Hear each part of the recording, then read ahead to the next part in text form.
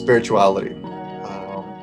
It's a sense that we are not alone, that we try to work collaboratively with everything around us. A lot of the times there is a belief in a greater power. Some people may call it God, creator, the universe, but that we have a larger purpose in life beyond the physical, beyond just our jobs and just getting through the day. Even a good life, we have something. There's a higher purpose of our existence, right? And so, I think a lot of us may be familiar with this phrase "sana sana kulita tarana." It's a phrase of healing, and if you're familiar with it, I always do this sign because it's always like a parent or a relative always rubs the part of you that got hurt if you fell on your elbow or your knee or something.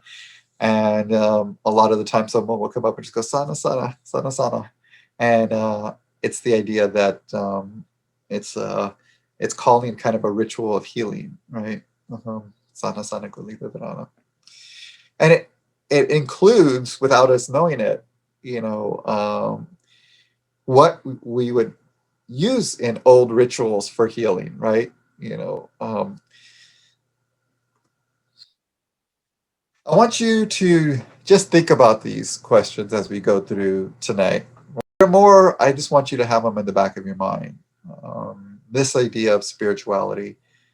Um, for some people, spirituality coalesces in religious beliefs, which is different because religion and religious beliefs have prescribed rules, prescribed policies, if you will, prescribed regimented aspects that describe the parameters of what is good and bad and what goes in or out of those parameters.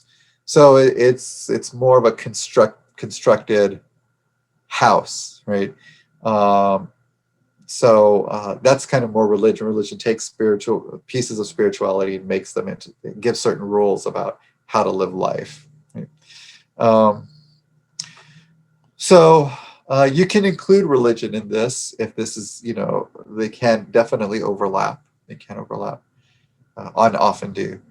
Uh, how would you describe the role of spirituality for you growing up? Uh, it very present, not existent. You know, and how would you describe the role it has in your life now? So just keep these in the back of your mind as we go through our time together. For our people, our connection to spirituality varies, right? You know, the majority of Chicanos are Catholic, and even more so Christian, and talk about religion. And so that is always an important piece to realize. But we also know that um, religion and spirituality cannot be imposed, really. And so we have, there's some of us that spirituality is present every day. And there's some of us where it's just kind of, something we grew up with, but maybe not what we hold on to in our present life. And some of us it's just not, not part of our existence, Um, some of us remember that we had a grandmother or mother or relative or that would do the curar con huevo, right? You do the huevo to cure you something that is attached to you, something negative, and you remember that, right? But you don't really practice a lot of that in your life until maybe your child gets sick, and then you run to your grandmother. Can you do the egg thing? My kid won't get better, and you look for anything to kind of help with that situation. So we're on a continuum of how spirituality impacts our life, right? um, which goes to the idea of illness, right? The notion of illness is different than the concept of disease. Disease is a medical concept. It is when something is malfunctioning in a particular way biologically, right? and it is a direct taking away of some type of functioning in a larger sense. It's bigger than that. But illness, whether somebody is ill, is actually a cultural construct. Different cultures and different beliefs have different ways of talking about illness. And so that's important when we're talking about our psychology of how we live our life. It's important when we're talking about mental health as well, because if you're going to move toward a betterment in life, then we all have to be on the same page of what that betterment looks like and what is troubling or bothering you in the moment, like what is illness. So it is a combination of different things, and it is a cultural concept.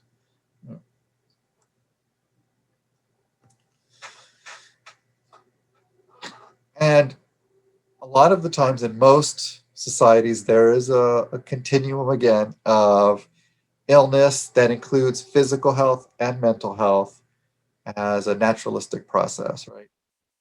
So that a lot of the time spirituality and illness in our community is a whole connection of healthy body, healthy mind, healthy soul that's maintained in the way we balance our lives, the way we balance our, our intake of what we eat, our biological needs, and the balance of our social and interpersonal life, right? Our relationships.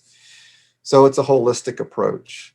And that's when we talk about balance as being a holistic approach to health, right, for a lot of our community. Oh yeah, that's another sana leader that I know. When I saw this meme, I was like, oh man, sana is going mainstream. Keep calm. One of the one of the Chicano psychologists, clinical psychologists, has been doing work in Chicano psychology for a while, particularly when it comes to spirituality, is a guy by the name of Jose Cervantes or Joseph Cervantes out in Fullerton, I think, California. And so here, he takes a broad kind of mestiza, perspective on the different components that we see that not every community has completely, but that these are threads that we see throughout our kind of like our Chicanx indigenous combination of what's important in terms of spirituality, so that we know that our connection to the land is crucial, is important, right? Um, we know that again, we see the self as more of a relational self as opposed to like an individualistic self, right?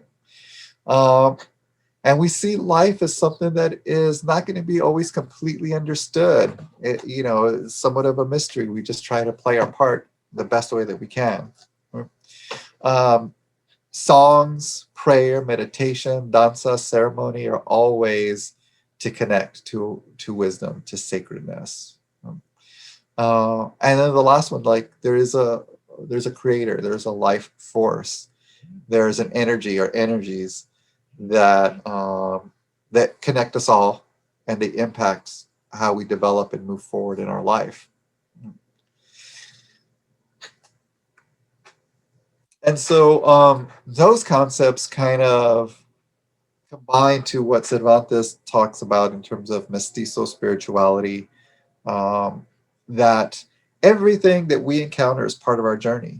Our traumas, our emotional and physical insults, our joys, is part of our spiritual journey. It's part of our journey in life, right? And so there's this awareness, there's this responsibility, there's respect for one's life journey, and the way that that is important to them, right? Again, there's a connection to tradition, to ritual. The idea of forgiveness is an important piece because we know that we're all playing our role in our own journey in different ways. Um, And that there is a natural order to things, that the universe is smart, intelligent, and, and there's a natural order to things. Um, and then we're going to talk more about that. Tlazoltiani is going to talk more about that when she comes on and joins us. So we talk a lot in this field about the connections between curanderismo and psychology. They're both healing methods. They're both ways to try to move someone to health. And so one of the main ideas is that, again, we've talked about this a lot, is that the mind and the body are connected and they influence each other. Right? And that curanderos, they have three levels usually in which they have a connection or which they heal or treat the people that come to them. There's the material, the spiritual, and the mental. Right? And these are all integrated in the healing process. Right? Not, all of them are connected. All of them are important, and we pay attention to each of them.